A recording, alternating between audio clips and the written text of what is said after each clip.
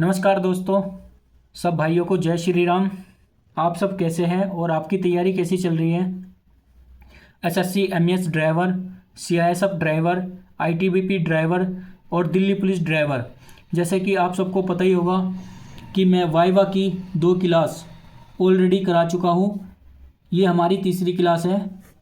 और भाई आप लोगों से मैं जो भी क्लास में क्वेश्चन पूछता हूँ उसका कमेंट में आप आंसर ज़रूर बताया करो प्लीज़, इससे आपकी नॉलेज बढ़ेगी।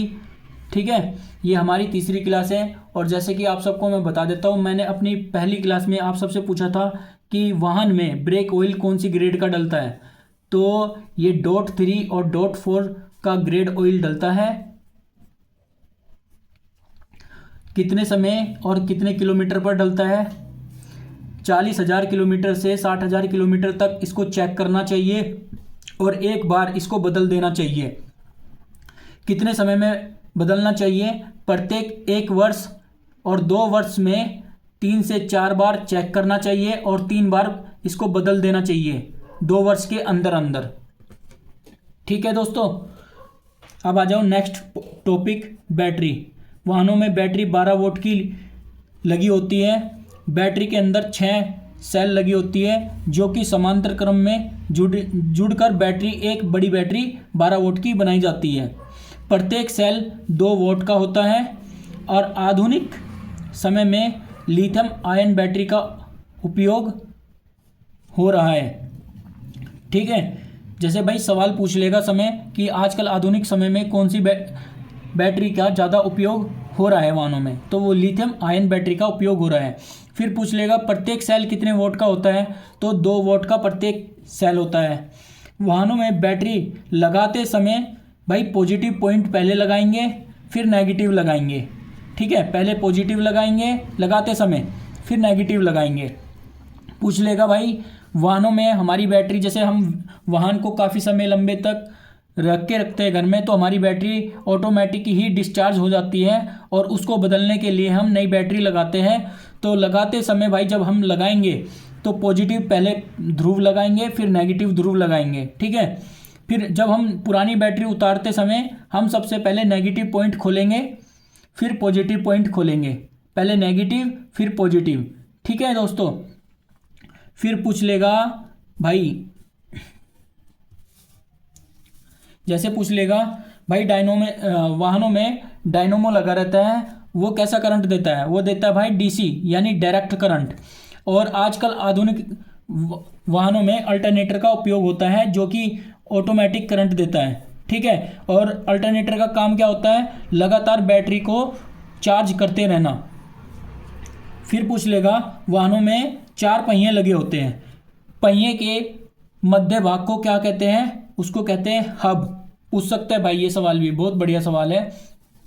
ठीक है, फिर पूछ लेगा साइन बोर्ड कितने प्रकार के होते हैं? साइन होते हैं भाई 3 प्रकार के, अनिवार्य, चेतावनी और सूचनात्मक। ये इनके भाई मैंने बना दिया। अनिवार्य पे आपको भाई पूछ लेगा ऐसा कौन सा चिन्ह है जिसमें कि आपका चालान कटता है, जिसको ना मानने से चालान कटता है, वो अनिवार्य चिन्ह है भाई। ठीक है, ये चेतावनी चिन्ह है, ये आपका सूचनात्मक का चिन्ह है। फिर पूछ लेगा साइन बोर्ड राष्ट्रीय राजमार्ग पर कौन लगाता है? केंद्र सरकार लगाती है, NAHI।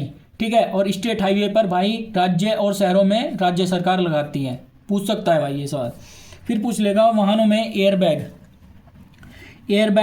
लगा होता है, उसके अंदर कौन सी गैस होती है? उसके अंदर होती है सोडियम ऑक्साइड गैस भरी होती है।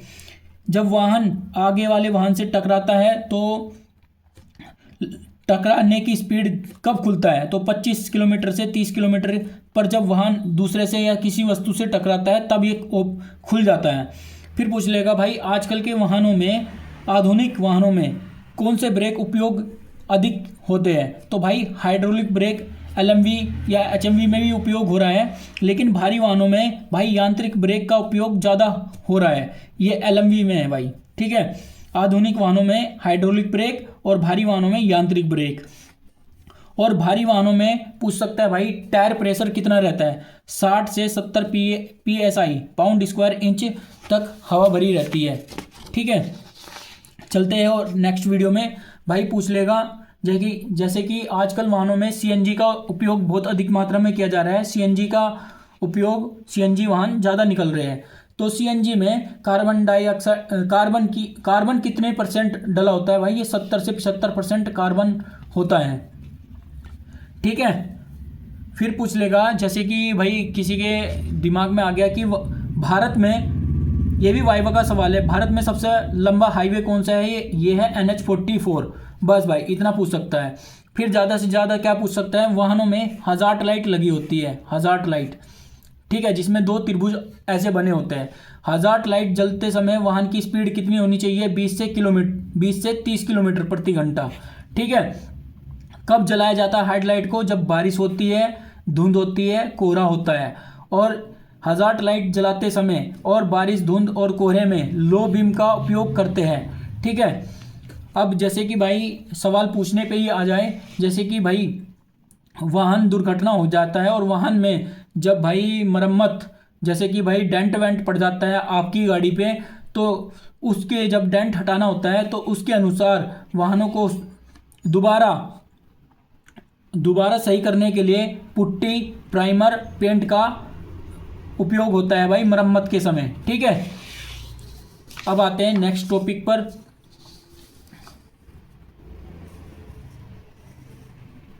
अब आ जाते हैं भाई, जैसे पूछ लेगा भाई आपकी गाड़ी में पंचर हो गया, आपके जो पीछे स्टेपनी रहती है, ठीक है, और पंचर बदलने के लिए आपके पास आपके व्हीकल में कौन कौन से टूल होने चाहिए?